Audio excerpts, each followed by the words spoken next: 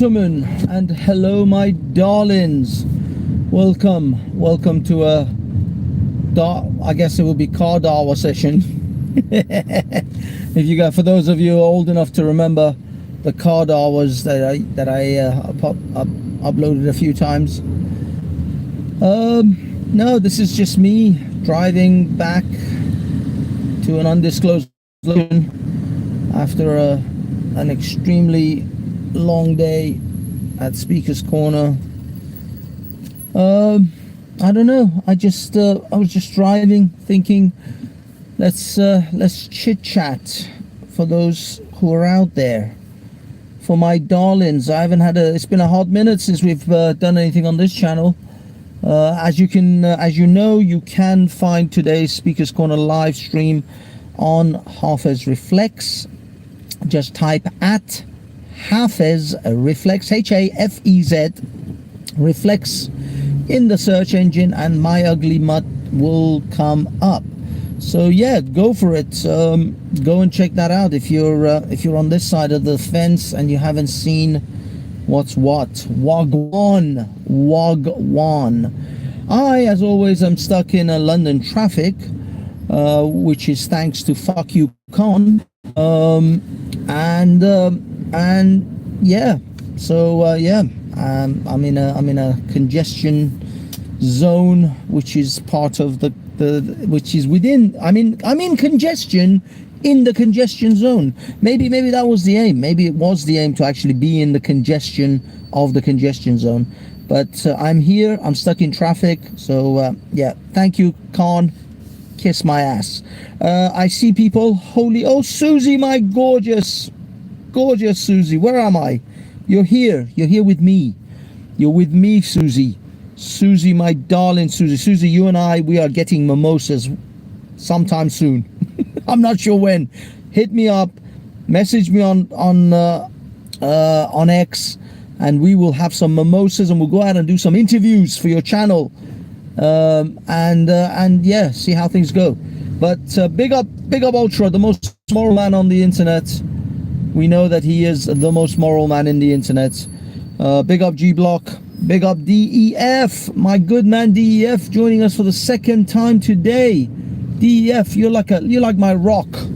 You're like my rock in the storm. I can just cling on to you, and you will ride the storm out for me because you're so solid and you're so fucking reliable. I love you, man, girl, whoever that is, man or girl. I'm gonna go with man. But yes, DEF, com. History reset. Good to see you. In a car. Woo. Yes, I am in a car. I have a car. As crazy as it sounds in London, yes, I own a car. I also own a motorbike until the old vid hit us, and then I got rid of it because I didn't really need it. It was just too much tax and insurance for something I was barely using. But yes, I may get a motorbike again. Mr. P-Star Martini. Oh, nice Ultra. Thank you, sir. Hello, Yeti. Good to see you. This is just a rando, really. I'm just stuck in traffic, bored, got nothing better to do, not moving particularly fast. I think there are bicycles. There are people literally walking past me faster than I am driving. Thank you, Mr. Khan. Thank you, Mr. Starmer, which you are going to make it even worse. By the way, yeah, as I said, if you like to go and see Hafez Reflex, I had a good interview with Nick Cotton, otherwise known as Unwashed. Also, Mr. Piers Corbin. Although these guys, Piers Corbin is kind of a regular at Speaker's Corner, so there's been plenty of interviews done from myself or Speaker's Corner Online. You know, it's kind of like I don't interview him that often because it's just the same old. But today I did ask him about the 15-minute pay what's it called, pay as you go, pay per mile, whatever BS the Conservatives are planning to introduce. It's called it's some sort of basically you have to pay for every time you want to take your car out, depending on, I guess, the car. I'm not entirely sure. But those were the reasons why your ULIS cameras were installed everywhere, including Greater London, because of that. And also 15-minute cities, etc., etc. That's the reason. I mean, eventually they will introduce your 15-minute cities, your pay per mile, and essentially they just don't want you to have a car. You should go on a motorbike. I mean, I'll always jump on a motorbike. I'm happy to do that, although it's the rain and the weather is just an ass kicker in Britain. But if I have to, then yeah, I mean, I certainly will not lose my autonomy because of Mr. Starmer and Mr. Khan. I will find a way to remain autonomous, because I do not wish to be another sheep in their tube and train BS. But there was a report out that Mr. Khan's ULIS, which was always a scam and a lie, has not improved London air quality by any measurable level whatsoever. It has not changed a damn thing. But we all knew that was the case anyway. We knew that it was a sham. It was a money-making scheme, plus it was really for the groundwork for your 15-minute cities, for your pay-per-mile charges, which Labour is going to introduce. But they need to have these cameras installed and up and running. So for those of you who know about the Blade Runners, I'm not talking about the movie. I'm not talking about Harrison Ford or the lesser version of Ryan Gosling. No, I'm talking about the brave souls who are pushing back against these tyrannical politicians who are essentially forcing us into cages, we're becoming another brick in their wall. I mean, these things have been said for eons, but that's what they want. They want you to be a sheep. They want you to be herded into carts, train and tube carts, go to your jobs, live your life in this miserable sort of way. And now you don't even, you see, the messed up thing is the British public was even happy with that. They were happy to have a 9 to 5 for a best part of 40 years, where they're carted from tube to bus to train to work to a cubicle in a grey office with fluorescent lights, and do that just so they can get a weekend out in the countryside. They can get into their car, their Honda Civic or their Nissan Micra or their Nissan Primera or whatever the hell they had, just to drive out into the country and spend the day with their kids, having a morsel of actual life rather than that sheep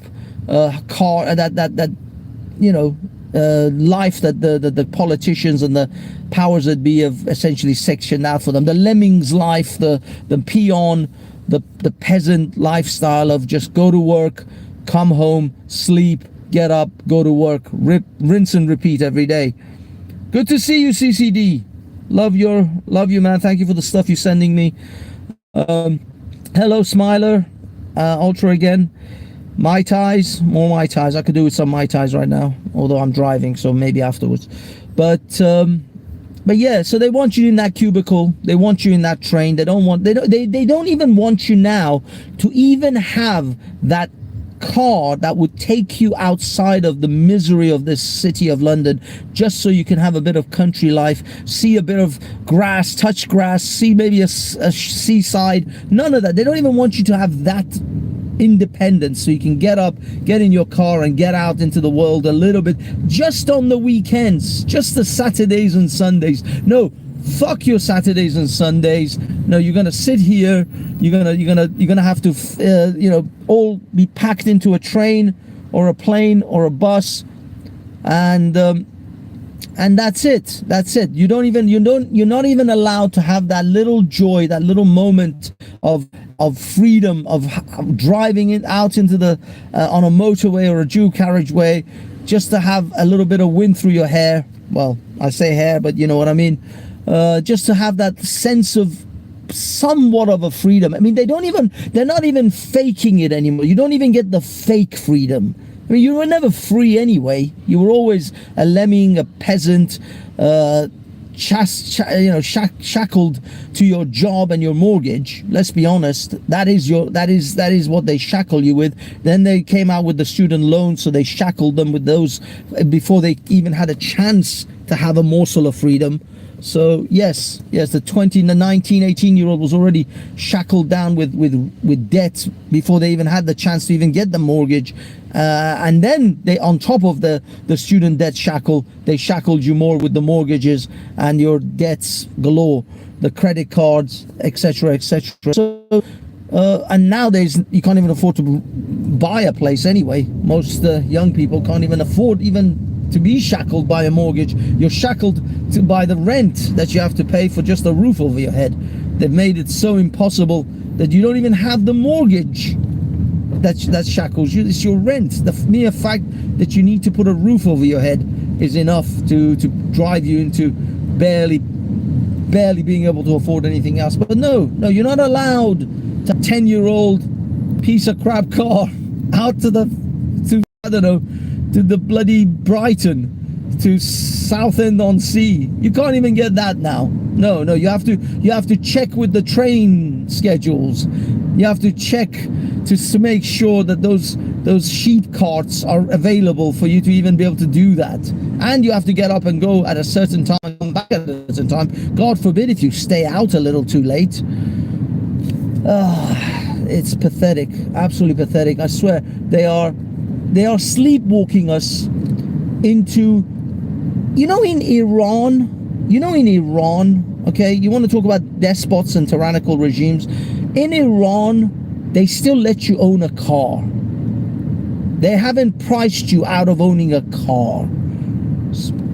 For the best part, if you're working, even as a taxi driver, well, actually, if you're working as a taxi driver, you do have a car. But even if you're working in some office job, as a police officer, a fireman, a teacher, you can still afford a car in Iran, and they still let you drive that car, and they won't shackle you with some environmental bollocks.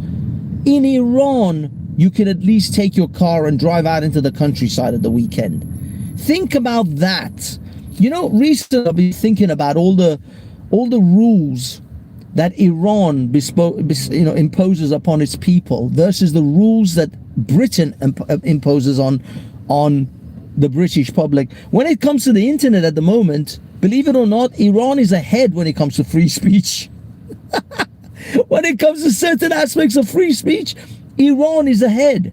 Iran has incarcerated less people for multimedia posts or social media posts than Britain. Go check that out. That's some kind of mental gymnastics that you have to work your way around. Iran made transgender operations mandatory for homosexuals because you can't be a gay man in Iran. What are they doing in this country? They're not making it mandatory, but they're certainly pushing it on your children. They're really encouraging it. And if the parents object, the parents go to jail. Straight to jail. If you undercook chicken, you go to jail. If you overcook fish, you go to jail. You see how that works? Undercook, overcook. Oh my God. Oh my God. Have you been sent down bad? And was it silenced? Yes, actually, yeah, because the fact is that when people go to jail for Facebook posts and tweets, that causes what's known as a chilling effect, Simon. I'm sure you know about the chilling effect. The fact is that other people just simply won't post anything when they start hearing 20-month prison sentences doled out for Facebook and tweets. So yeah, that most people won't say the things, the hard truths. Or at least if you're irrelevant and if you get 3 people viewing your tweets, then yeah, you can say pretty much what you want. You can zikhail all day long. But only when you're relevant and your tweet gets more than 10 views, then you suddenly find asshole. Yeah, suddenly you find yourself at the wrong end of a truncheon. But yeah, you're right, Simon. Until they actually come knocking on my door, you shouldn't actually complain about it. No. You know what they say, Simon? They first came for the Jews, and I didn't say anything because I wasn't a Jew. Then they came for the Catholics, and then I didn't say anything because I wasn't a Catholic. Then they came for me, and there was no one left to say anything. So maybe you should say something before they actually come for you. Perhaps, I don't know. It's just a thought. Hello, Bronze. And oh, sorry guys, I can't really read this. Red flag incoming. Oh, no, road rage. Road rage. No, it was a BMW driver. Surprise, surprise. A BMW driver driving like an absolute dipshit. Not indicating until the last second and then stopping right in the middle of the road whilst he wants to make a right turn, even though there's actually checkered zigzag lines on the side, actually markings in which he should go into in order to make his right turn. No. I will stay right in the middle of the road, not indicate until the last second, and then stop blocking every fucker behind me until I feel the need to take a right turn. Yeah, I'm sorry. You can kiss my ass. BMW drivers, man, what can you do? They're literally, you have to sign a waiver.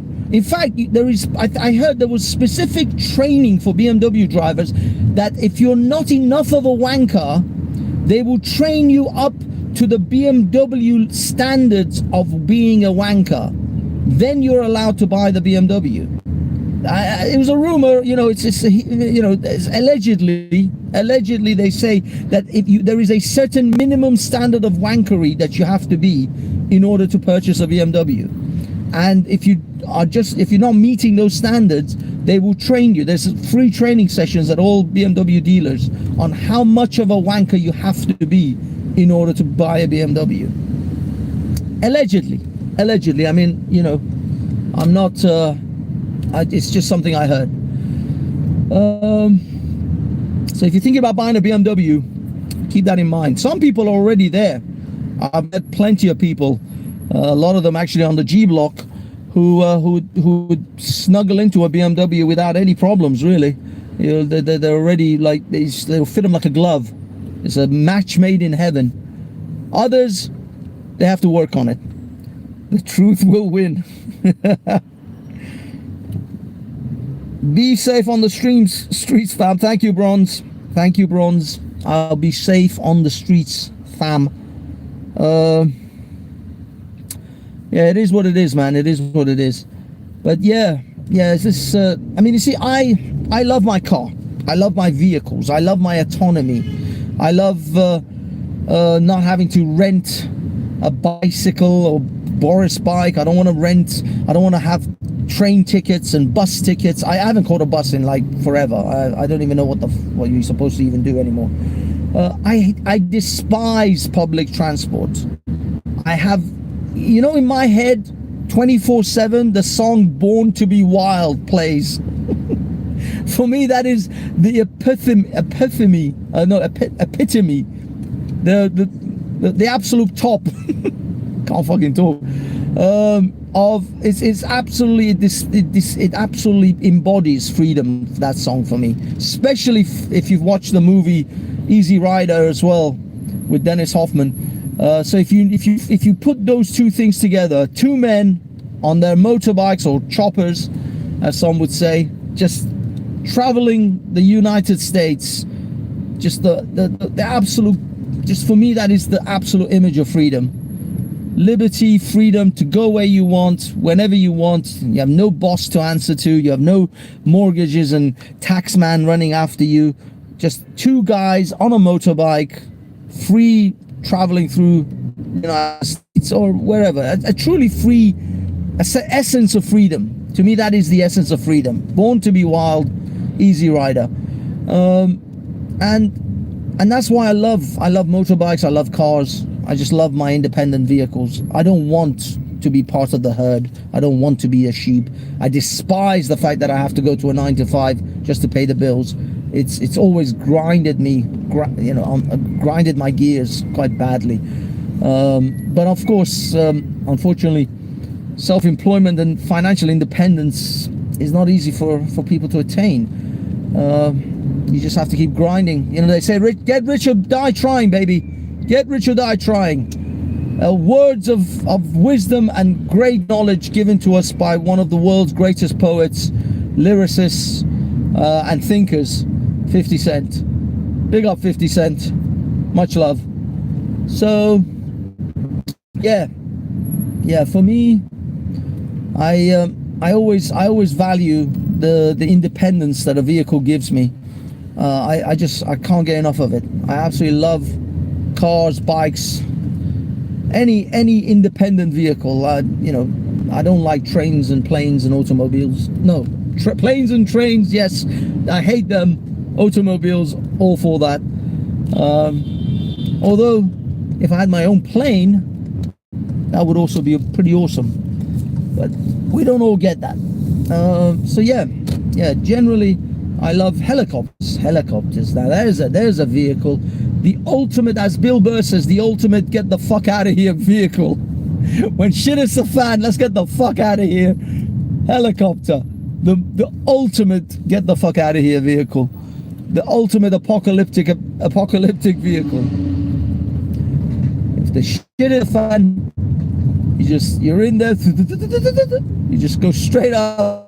You don't even have to leave the location that you're in. You can literally just hover for a while and watch as the shit hits the fan and the buildings start burning.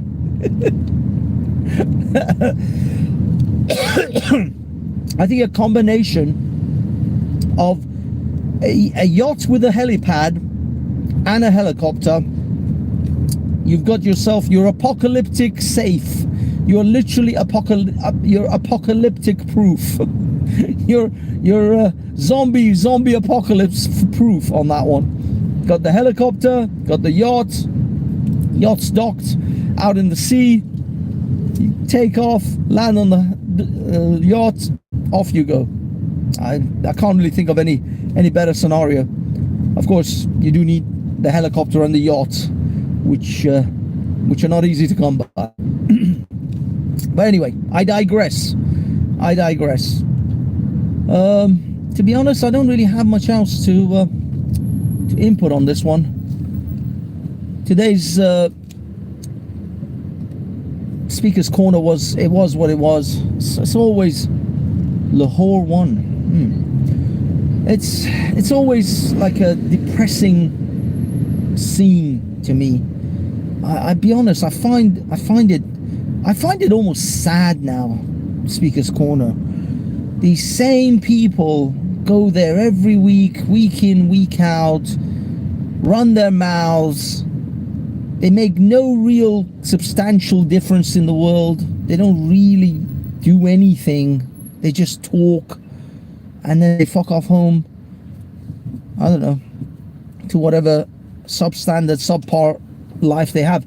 Now, for me, there are a couple of exceptions occasionally where I come across an individual that actually has real knowledge. Like today I spoke to, now that may have been the most boring segment for everyone else in that park, or for the audience, I don't know, but for me it was fantastic. There's a guy called Cyrus. He comes there, he's Iranian, very well read on Zoroastrianism, Zoroastra.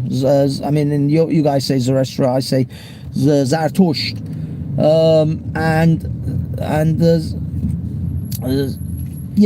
The knowledge that he has about Zoroastrianism, the origins of Zoroastrianism, the philosophies, it's incredible. And to be honest with you, I think far, far richer and far more philosophically fulfilling than Christianity, Islam, and Judaism, for sure.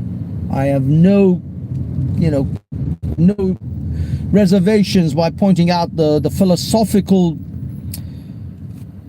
what's the word? The philosophical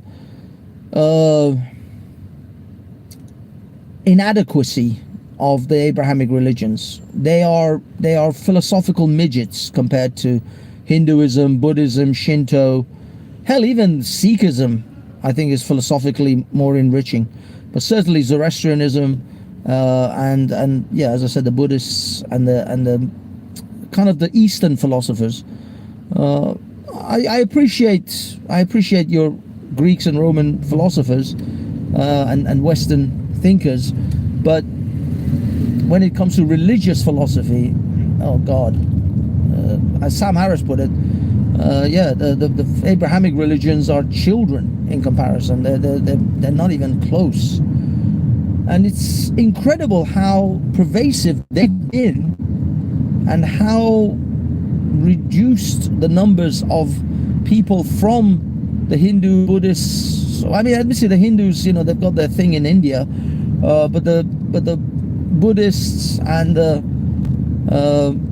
Zoroastrians, like these were as bigger religions at one time as Christianity, Islam, and Judaism. Well, Christianity and Islam. Judaism is not actually in numbers. It's not actually that big. It's not even the third religion in the world.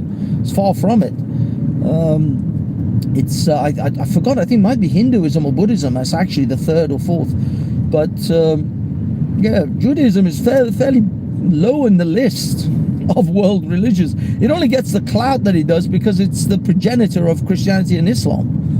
Otherwise, and it falls into that what they call the Abrahamic triune religions. But it's in its numbers, it's actually not very prevalent. But that's because Jews are not exactly proselytizing type of religious people. They actually are very exclusive. They don't want other people to be Jews. They want less people to be Jews. they run you through the ringer for 2 years if you wanted to become even like a Jewish or a Kabbalah or anything. They kick your ass. So anyway, am I just ranting? Yeah, I'm ranting. But then this is one of those rant moments. So yeah, so there's that. But that's about the only fulfilling conversation I think I had today. Most other people, the conversations, I mean, it's just shallow, unfulfilling noise for the most part. I don't know, man. Maybe it's me. Maybe I'm just fed up of these non-conversations, non-fulfilling sounds that other humans have made. It's terrible. It's terrible. But on a lighter note, I'm available for children's parties if you guys want to book a comedian. By the way, that wasn't mine. That's Bill. Oh my God, what the hell? Bill.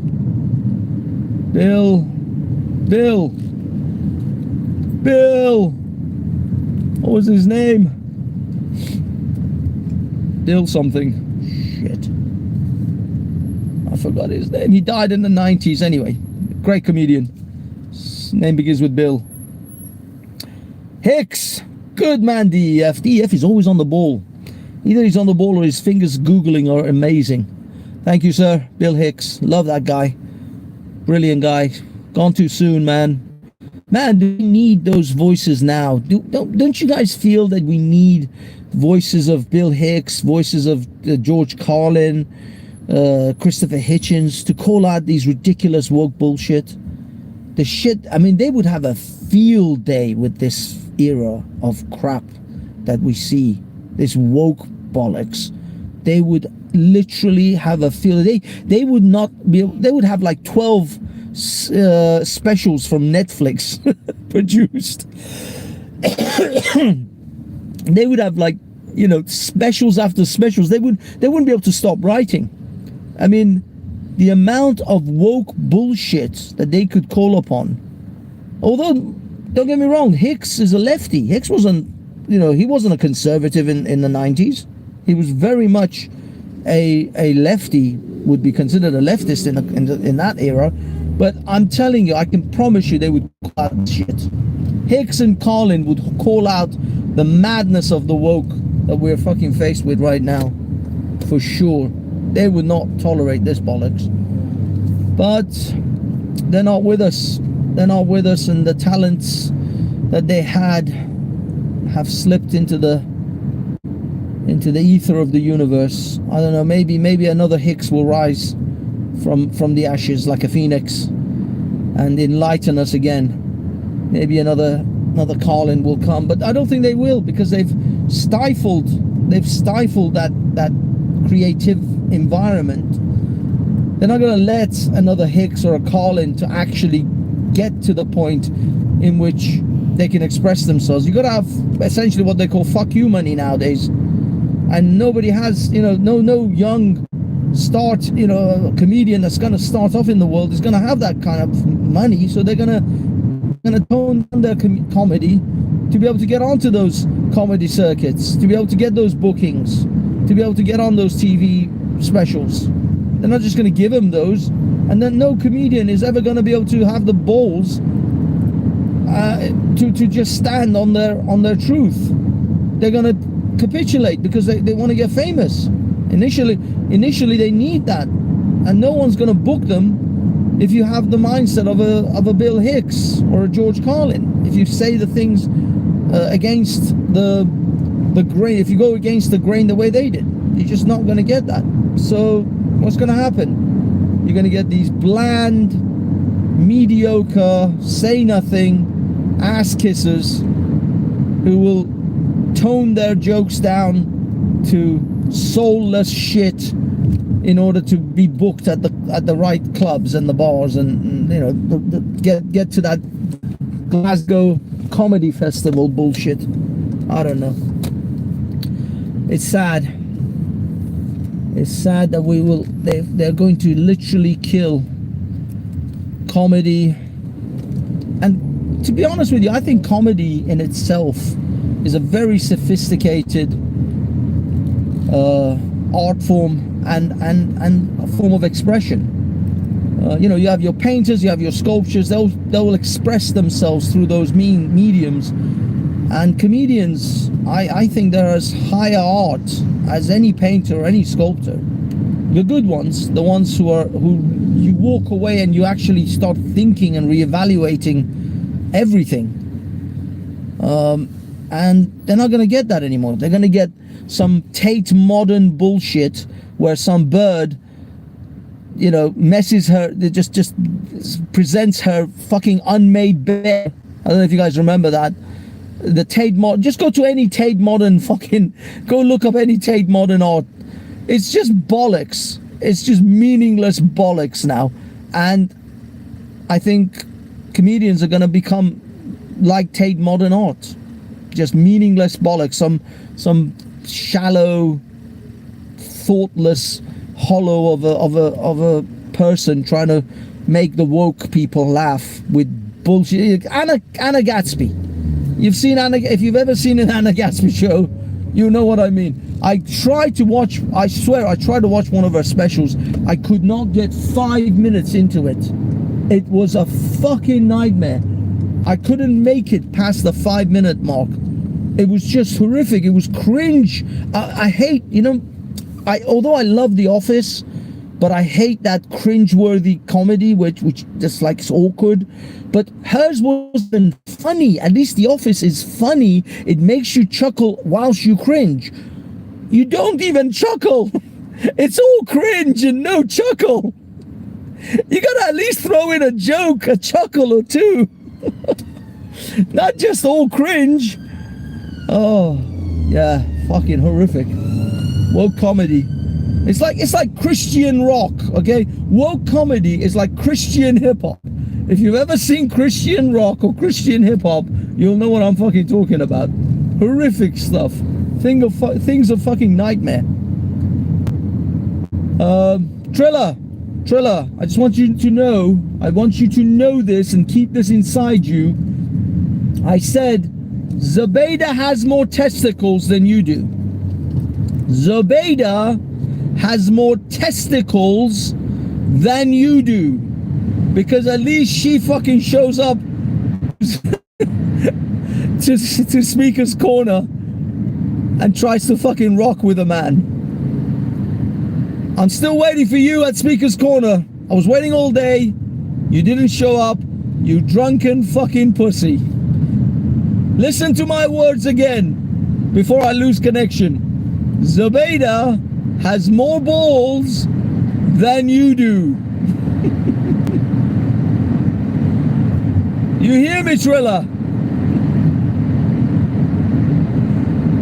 Did you hear the words coming out of my mouth?